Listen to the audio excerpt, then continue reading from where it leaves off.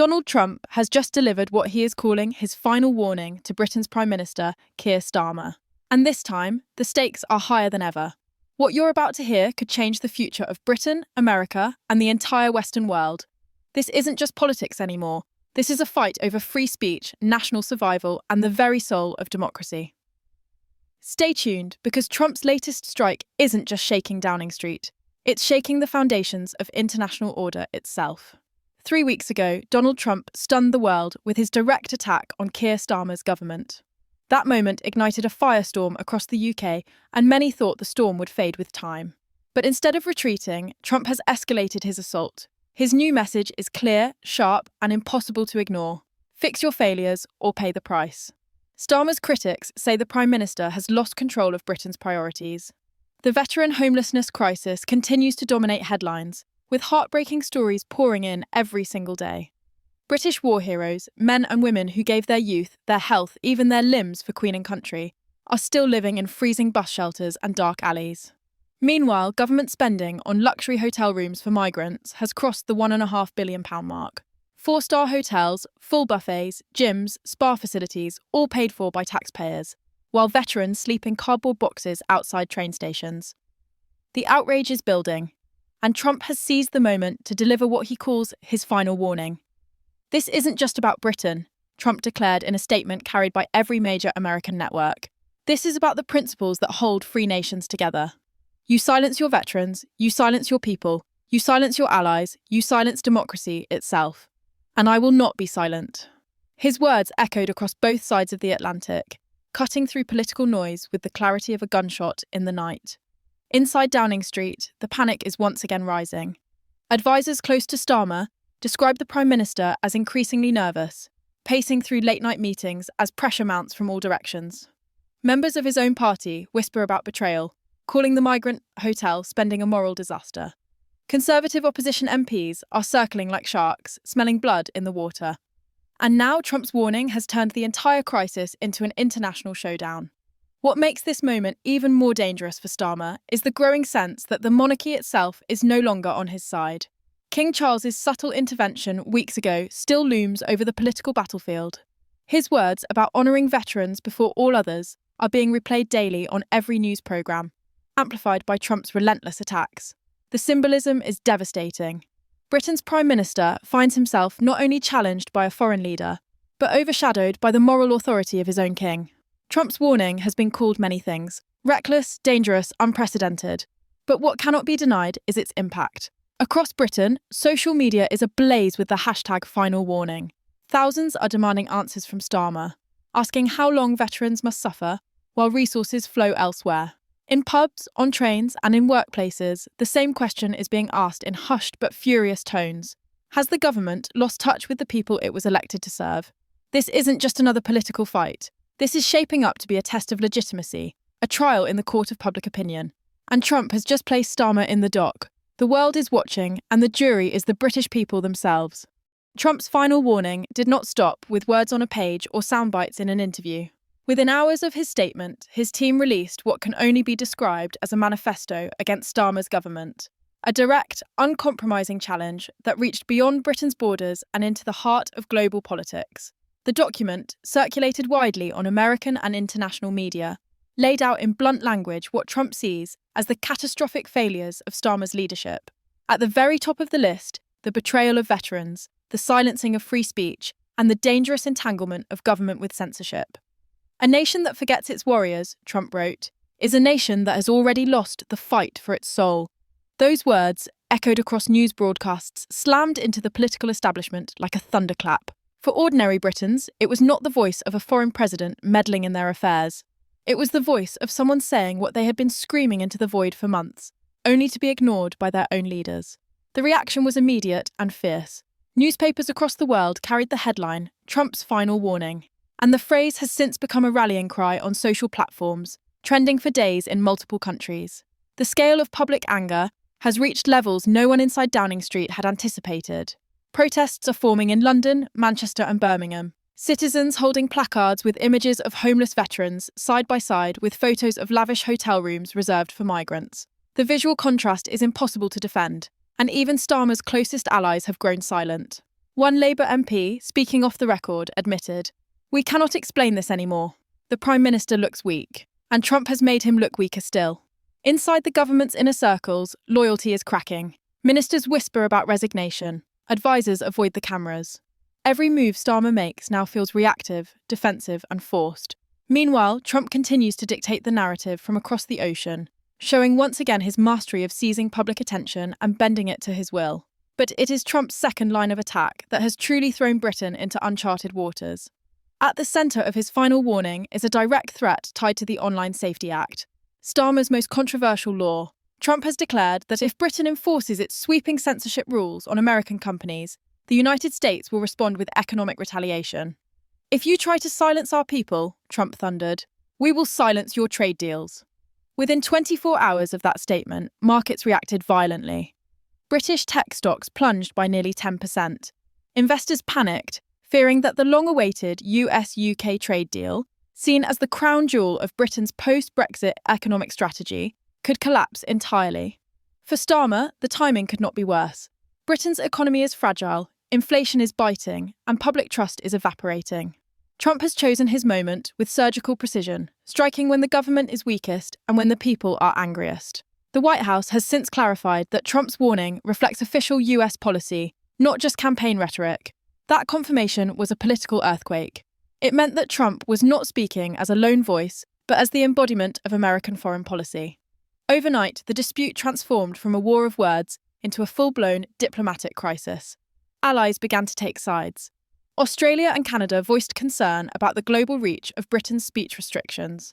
European leaders, wary of being dragged into the fight, offered only cautious statements. But behind closed doors, the sentiment was clear.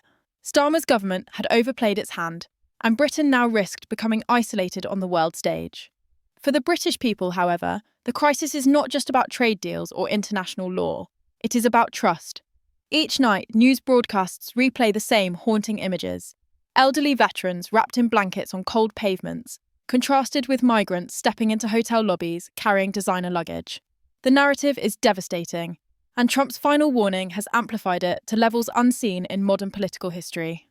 Social media feeds are saturated with side-by-side comparisons, memes, and slogans demanding justice for veterans. The message is simple and impossible to dismiss. Put your heroes first. Even voters who once stood firmly behind Labour are now expressing disgust, saying they feel betrayed by a government that seems more interested in controlling speech online than in providing a bed for those who fought for their country. Meanwhile, Nigel Farage has seized the momentum, declaring full support for Trump's warning and announcing a national movement under the banner Veterans First. What makes Trump's final warning so devastating is not only the words he spoke, but the chain reaction they unleashed inside Britain's political system. It is no longer just Trump versus Starmer. It is Trump, King Charles, veterans' organisations, angry citizens, opposition parties, and even cracks within Labour's own ranks converging into one unstoppable storm. In the days since Trump's warning, Westminster has become a pressure cooker of panic and betrayal. Cabinet ministers have begun to leak damaging stories to the press, desperate to distance themselves from Starmer's sinking ship. One minister was overheard telling colleagues that the government is walking into political suicide with eyes wide open. Another admitted privately that if an election were called tomorrow, Labour would suffer a wipeout worse than anything in recent memory. The whispers of rebellion are growing louder, and Trump's shadow looms over every conversation. For the first time in decades, a foreign leader has become the central figure in a domestic British political crisis, and that reality is tearing the fabric of governance apart. Inside the House of Commons, the tension is unbearable. Each Prime Minister's questions session has turned into a ritual humiliation for Starmer. Conservative MPs rise with photographs of homeless veterans demanding answers. Reform UK MPs thunder about betrayal, chanting "Veterans First" as though it were already government policy. Even Labour backbenchers, usually loyal, sit in sullen silence or quietly nod along with the opposition's fury. The Speaker of the House has struggled to maintain order as chaos brews in the chamber. Clips of Starmer fumbling for answers, stammering through rehearsed talking points, are being shared online at lightning speed. Each clip fuels the narrative that Britain's leader is weak, cornered, and unable to defend his own policies.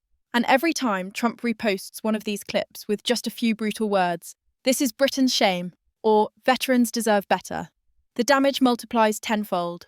But the crisis has now broken free of Parliament and seeped into the streets. Across Britain, demonstrations have swelled into something the government cannot ignore. In Trafalgar Square, thousands gathered holding Union Jacks and signs reading, "Trump was right." Veterans in uniform led marches in Manchester and Glasgow, demanding immediate housing, immediate funding, immediate action. Their voices, raw and emotional, have been carried across television screens worldwide. One veteran, interviewed with tears in his eyes, said, "We fought for this country and this country forgot us. If it takes Donald Trump to remind them who we are, then God bless him." That single quote went viral within hours, repeated on American networks, splashed across headlines, and replayed endlessly on TikTok and YouTube. For the British government, it was a public relations catastrophe beyond calculation. As the pressure mounts, the monarchy's silence has become deafening. King Charles has not spoken publicly since his earlier remarks, but palace insiders continue to whisper that his private fury has only deepened. Rumours swirl of late-night calls between the king and senior advisors urging immediate action to address the veterans' crisis. Courtiers hint that the king views the situation not only as a political failure, but as a moral one, a failure that stains Britain's global reputation. For Starmer, this silent judgment may be worse than open criticism. A monarch who has already hinted at siding with Trump's moral stance now appears to be watching every move, ready to intervene again at any moment. The symbolism is crushing, the elected leader shrinking under pressure, the monarch looming as a quiet force of conscience, and Trump amplifying the drama with relentless precision. Meanwhile, the economic consequences of Trump's warning are beginning to unfold. American tech companies are quietly relocating staff out of Britain, bracing for the possibility that Starmer's censorship law will drag them into costly compliance battles. Billion-pound deals are being frozen, investors are pulling back, and Britain's fragile post-Brexit economy is wobbling under the weight of uncertainty. Financial analysts warn that if the US-UK trade deal is permanently shelved, the consequences will haunt Britain for decades. For the public, already struggling with high living costs, this is not abstract economics. It is a direct threat to their livelihoods. And once again, Trump is the one pointing out the link, reminding Britons that their government's priorities are leaving them poorer, weaker, and less free. At the heart of all this chaos lies a single truth. Trump has transformed the debate from policy into morality. This is no longer framed as a question of immigration numbers or digital regulations. It is framed as a question of right and wrong, of betrayal and loyalty, of leaders versus citizens. Trump's final warning has now transformed from a political statement into a global reckoning, and Britain stands at the very centre of it. The Prime Minister's authority is collapsing, the economy is trembling, and the streets are roaring with protest. Yet the most chilling part of this crisis is not what has already happened. It is what might come next, because Trump has made it clear that his patience is finished. In his latest remarks, he issued a line that now echoes like a thunderclap across the democratic world. "This is my last warning. After this, there will be consequences." The ambiguity of those words has electrified both allies and enemies. What consequences does Trump mean? Economic warfare? Diplomatic isolation? Or something far more unpredictable? No one knows, and that uncertainty is exactly what makes the warning so terrifying for Starmer's fragile government. In Downing Street, the mood is described as desperate. Sources close to the Prime Minister reveal that crisis meetings now stretch into the early hours, fueled not by strategy, but by fear. Senior ministers shuffle in and out of rooms, whispering about exit plans, about contingency scenarios, about survival itself. The once confident leader who promised stability after years of turmoil now looks like a man surrounded on all sides, watching his power bleed away. Even within Labour's ranks, rebellion is spreading.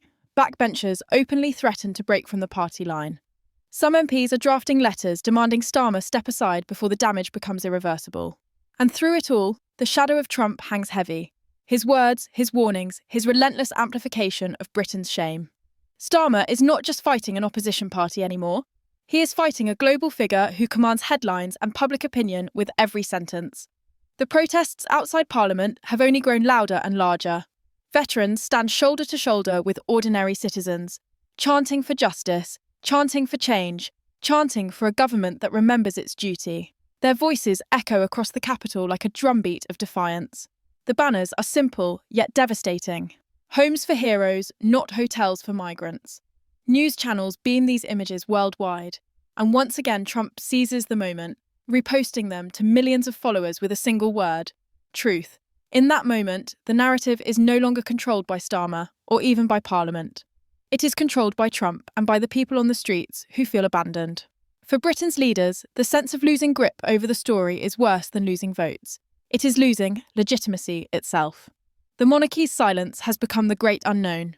Insiders continue to whisper that King Charles is furious, but the public waits breathlessly to see whether he will speak again. If he does, even in the most measured terms, it could be the final blow. A monarch siding, even subtly, with Trump's moral argument, would leave Starmer completely isolated, his government stripped of authority from above and below. For centuries, the monarchy has stood above politics. But now, as veterans sleep in the streets and as the government flounders, the people look to their king for moral leadership. That tension, between tradition and intervention, between silence and speech, hangs over Britain like a storm cloud ready to break. The international fallout is already widening. American diplomats have delivered sharp warnings to London. Australian leaders have demanded clarification on how the Online Safety Act will affect their citizens. Canadian officials have hinted at reviewing digital trade agreements. What began as a domestic policy dispute has metastasized into a full-blown sovereignty crisis. Britain's standing as a trusted partner is at risk, and all of it is happening under the glare of Trump's spotlight. Analysts now warn that Britain could become isolated not just economically, but diplomatically, cut off at the very moment it most needs allies. And so the question now is not whether Starmer can repair the damage. The question is whether he can survive it at all. Every day the walls close tighter. Every day Trump's words reverberate louder. Every day the people's anger grows sharper. It is a perfect storm, and at the centre stands a Prime Minister who looks increasingly powerless. Trump has already shifted the battlefield. He has turned the debate from policy to morality, from politics to legitimacy, from party loyalty to national survival. And once a battle is framed in those terms, there are no safe compromises left. There is only victory or collapse. This is why Trump's final warning matters. It is not just a message to one man in Downing Street. It is a challenge to an entire system, to an entire nation, and perhaps even to the future of Western democracy itself. The suspense is unbearable because no one knows what the next move will be. Will Starmer bow to the pressure and reverse course?